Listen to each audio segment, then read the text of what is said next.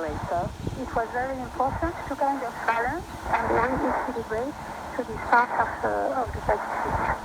French President announces plans for the first embassy in Polynesia.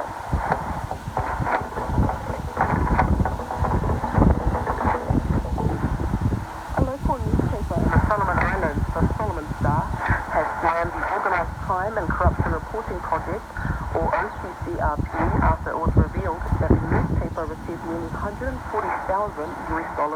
in funding from the Chinese government in return for pledges to promote China.